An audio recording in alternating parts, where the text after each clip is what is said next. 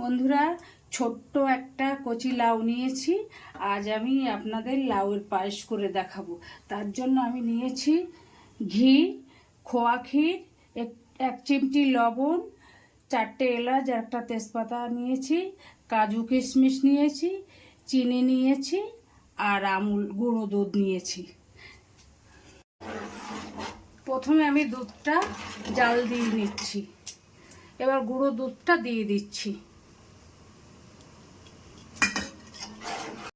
লাউটা এবার আমি খোসা ছাড়িয়ে গ্রেট করে নেব। লাউটা গ্রেট করে নিচ্ছি।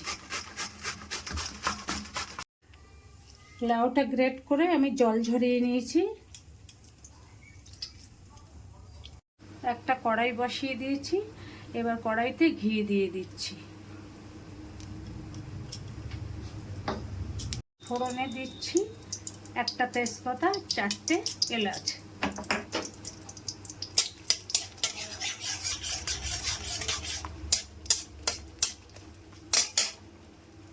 এবার কাজু কিশমিশটা দিয়ে দিচ্ছি। এবার লাউটা দিয়ে দিচ্ছি। সামান্য লবণ দিয়ে দিচ্ছি। লাউটা ঘিয়ে খুব সুন্দর সিদ্ধ হয়ে গেছে। এবার আমি চিনিটা দিয়ে দিচ্ছি।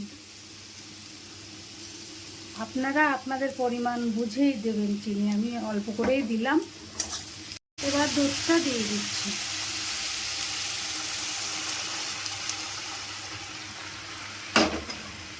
এবার ওপর থেকে খোয়া ক্ষীরটা দিয়ে দিচ্ছি। লাউয়ের পায়েস এইভাবে বানিয়ে খাবেন, দুর্দান্ত হয় খেতে।